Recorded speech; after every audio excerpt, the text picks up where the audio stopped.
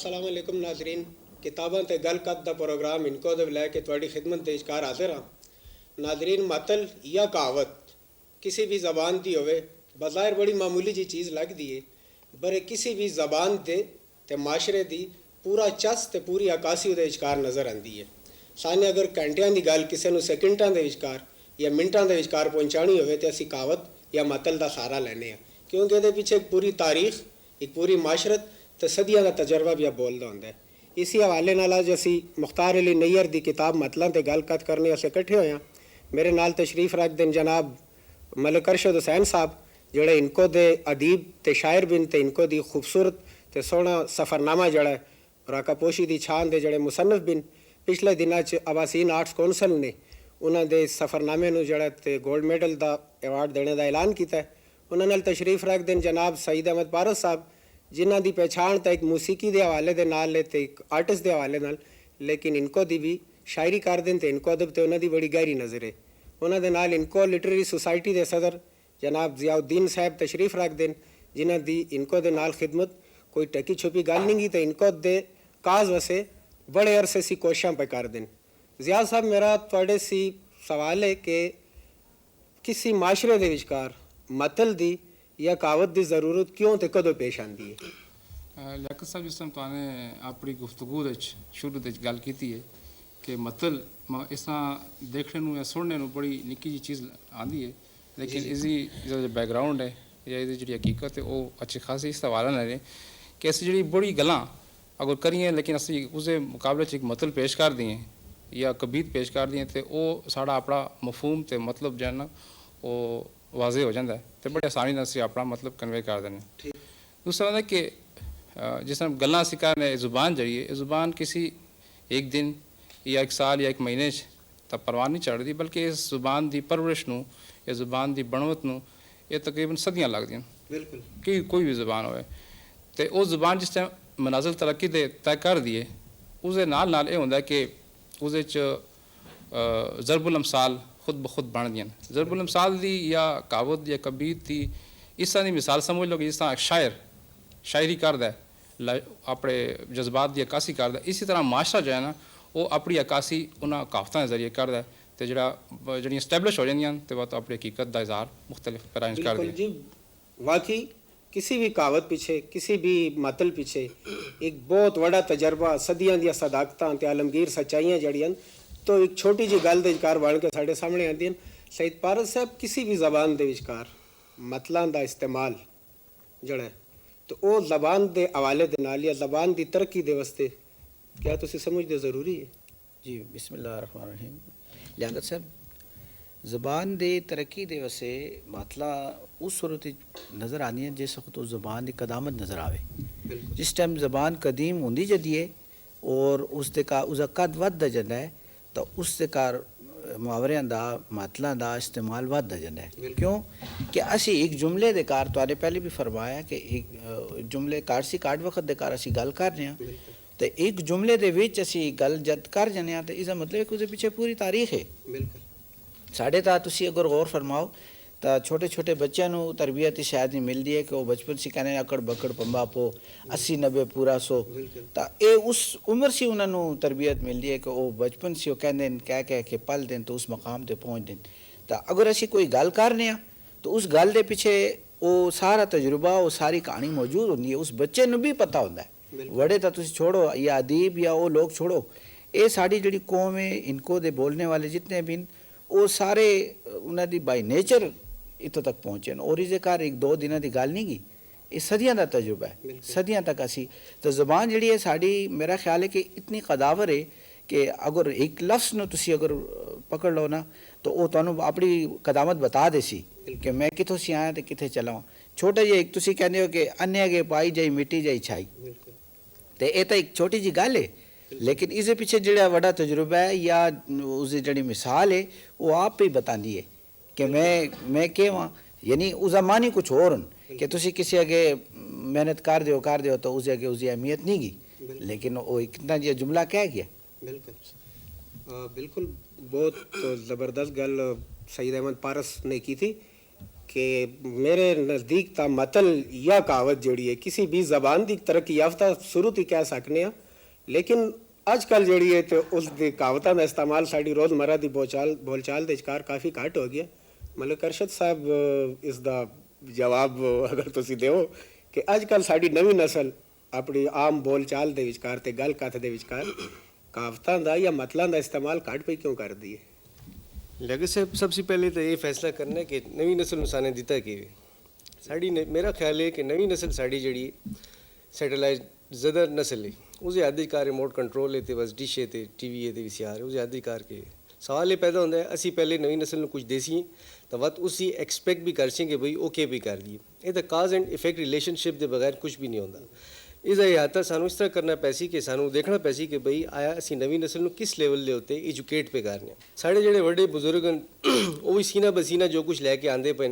ਬਸ ਉਹ ਵੀ ਸਾਡੇ ਤੋਂ ਕੁਝ ਥੋੜਾ ਬਹੁਤ ਪਹੁੰਚੇ। ਉਸ ਦੇ ਇਲਾਵਾ ਮੁਖਤਾਰ ਅਲੀ ਨਈਰ ਸਾਹਿਬ ਨੇ ਜਿਹੜੀ ਕਮਾਲ ਕੀਤੀ ਹੈ ਮਤਲਬ ਨੂੰ ਕੰਪਾਈਲ ਕੀਤਾ ਨੇ ਇਸ ਕਿਤਾਬ ਦੀ ਕਾਰ ਮਤਲਬ ਦੀ ਕਿਤਾਬ ਵਿੱਚ ਤਕਰੀਬਨ 200 से ज़्यादा मतलब शामिल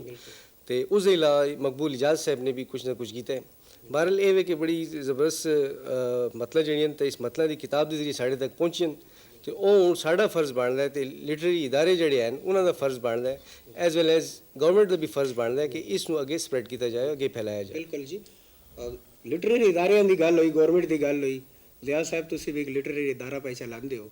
तुसी सानू बता सो कि किहड़े कदम चुके जा सकते हैं जिस दी वजह नाल मतला सी या अपनी ज़बान के पुराने चज सी असी नवी नस्ल नूं रुशनास कराइए। बिल्कुल मैं बल्कि थोड़ा जो सवाल है ये मलिक अरशद की गल की कंटिन्यूएशन ही है कि इससे उन्होंने किया कि मुख्तलिफ इदारे चाहे वो सरकारी हो के गैर सरकारी हो उन्होंने काम होंगे इस तरह मतलों का गल की कि मतला मुख्तार नैयर ने एक उन्होंने एक बड़ी बड़ी कंट्रीब्यूशन है इनको जुबान के हवाले कि उन्होंने वो मतला जड़ियाँ हज़ारा मतला इस टाइम आम बोलचाल हूँ इनको वान माशरे बोली जांदियां लेकिन उन्होंने मतलों कम अज़ कम 300 मतलों तो महफूज कर दिता है ना आने वाली नस्ल वास्ते तो एक काम रिसर्च वर्क कहलाता है इलम दे विच या नॉलेज की कैटेगराइजेशन देखा जाए ना तो ये जरा आंदा है मतलों का एक कलैक्शन इस तरह की चीज़ां ये रिसर्च वर्क कहलाता है तो रिसर्च वर्क एक बंदे ने किया जबकि एक काम जो होंदा इदारियां दा होंदा इसनूं मिल के इदारे करते हैं उन्होंने बाकायदा एक निज़ाम होंदा वो जाके देखते हैं माशरे जाते हैं लोगों को मिलते हैं मतला लियाते हैं कट्ठियां करते हैं उसके बाद उन्होंने कंपाइल कर दें तो ये काम एक फर्द वाहिद ने किया है उन्होंने बड़ी बड़ी कंट्रीब्यूशन है बड़ा बड़ा एक वो इस इनको दे वाले खिदमत है तो उन्हें गल की कि हो सकता है सवाल कर लेना तो बहुत कुछ हो सकता है अगर किया जाए उसमें मिसाल तौर पर इस जिक्र होया कि मकबूल इजाज़ होने दे जिक्र होया कि उन्होंने भी इस काम किया है हूँ सुनने से आया कि उन्होंने तकरीबन 600 मतला कोई वो मतला जड़ियाँ मतला किताब मौजूद नहीं गई उन्होंने किताब दे विचकार मौजूद नहीं है तो उन्होंने नवीं मतला उन्होंने कट्ठियां कीतियां तो उन्होंने इरादा है कि उसमें छपा सुन सईद पारस साहब मतल के बारे च किया जाता है कि बाज़ मतला जड़ियां तो एक पूरी कहानी ते दास्तान ते एक पूरी तारीख साढ़े सामने लैन दियां इस किस्म की अगर कोई मतला तुहाडे ज़हन विच है तो साढ़े नाजरीन नूं बता सो। मतला तो बहुत जी लेकिन मैं चूँकि टाइम नहीं का वजह से थोड़ी जी मुख्तसर जी एक दो मतला तो मैं कह देना बल्कि मुख्तार नैयर साहब ने अपनी किताब के कर जिक्र भी किया उन्होंने छोटी छोटी तमासील जड़ियाँ वो भी विचकार बयान कीतियां और एक मतल है कि डाढ़िया का 60 का 100 है तो वो पिशोर के बारे चो तारीख के कार ये चीज़ लिखी है कि जब नादर शाह आए या इतने उस दौर के कर उन्हें हमला किया हिंदुस्तान के उत्ते तो पहले असूल ये होंदा है कि जिस टाइम लश्कर चल रहा है तो लश्कर के नाल उसका इंतज़ाम करने वाले भी आते तो उससे पहले लश्कर से पहले इंतज़ाम वाले पहुँचते कि ताकि उन्होंने मसन घोड़े तो सैकड़े ही घोड़े होंगे तो उसे से वो घोड़िया का खाना पानी का बंदोबस्त करना घाह का बंदोबस्त करना वो ज़मीना के किते जड़े तो खरीद दे ठीक तो उन्होंने जब पहले इंतज़ाम करने वाले आए तो वो उन्होंने आके थे इलाका देखा तो उन्होंने कहा जी बस एक किता जड़ा तो साढ़े लश्कर से बहुत हो सी तो उन्होंने वो खरीद लेता उन्हें कहा जी ये फसल जड़ी है तो बस जड़ा मालिक है कौन है भाई मालिक है कि ये उन्हें कहा भाई तेन असी 100 तुमन देसी उस जमाने में जड़ी उसकी कीमत आई उन्हें कहा 100 तुमन देसी है उन्हें कहा जी ठीक है उसे कहा तो खुशियाँ पै गई कि जी 100 तुमन उस जमाने के लिहाज में बड़ी बड़ी रकम आई लो जी उसे कहा जी जश्न पै गए कि उसकी बेगम भी खुश थे रिश्तेदार भी खुश के सारे इकट्ठे हो जी दावत शुरू हो गया कि जी तो खान हो गया उस जमाने का ठीक है जी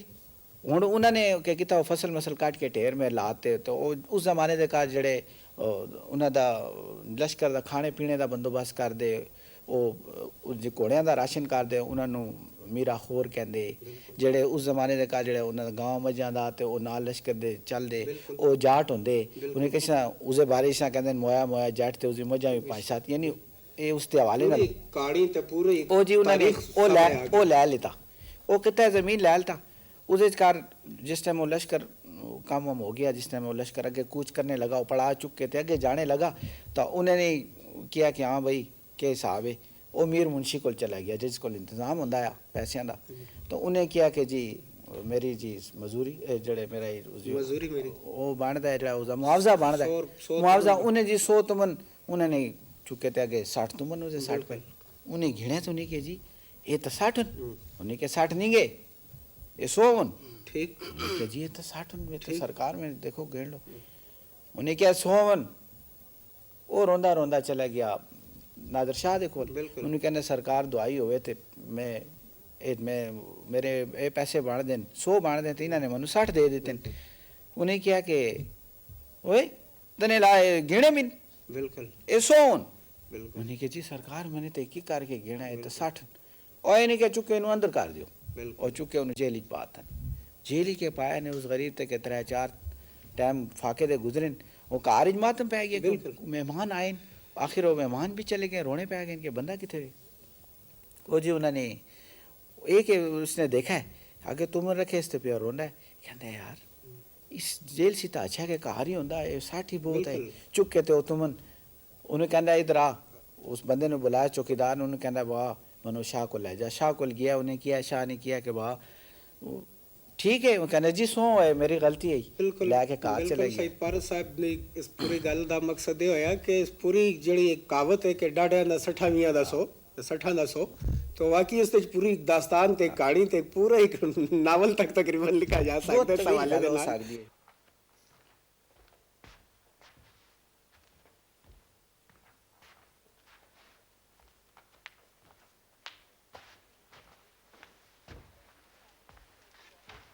सलाम अलैकुम पिरा जी। वालेकुम सलाम। भाभी जी तुसी किथे रह गए हो? इंतजार कर करके तो मेरी हालत खराब हो गई। पिरा जी कुड़ी दे पीछे गई हाँ, टाइम तो लगता है ना, इंजे तो नहीं कहते कि जुतियां कसानियां ही पैंदियां। हाँ और भाभी जी तुहानू कुड़ी पसंद आई? ना पिरा जी मनु तो खाक अच्छी नहीं लगी, ऐन गैन अखियां ते तोए जोए नक नू लिया के साने क्या करना है। उत्तो कुड़ी जी शक्ल दे बावजूद शान नाल शोला नहीं खांदी, पैड़ी दी शक्ल डैणा दी ते नखरे परियां दे। ओहो भाभी जी हुण हूर आसमान सी लैसी मेरे वास्ते। ना पिरा जी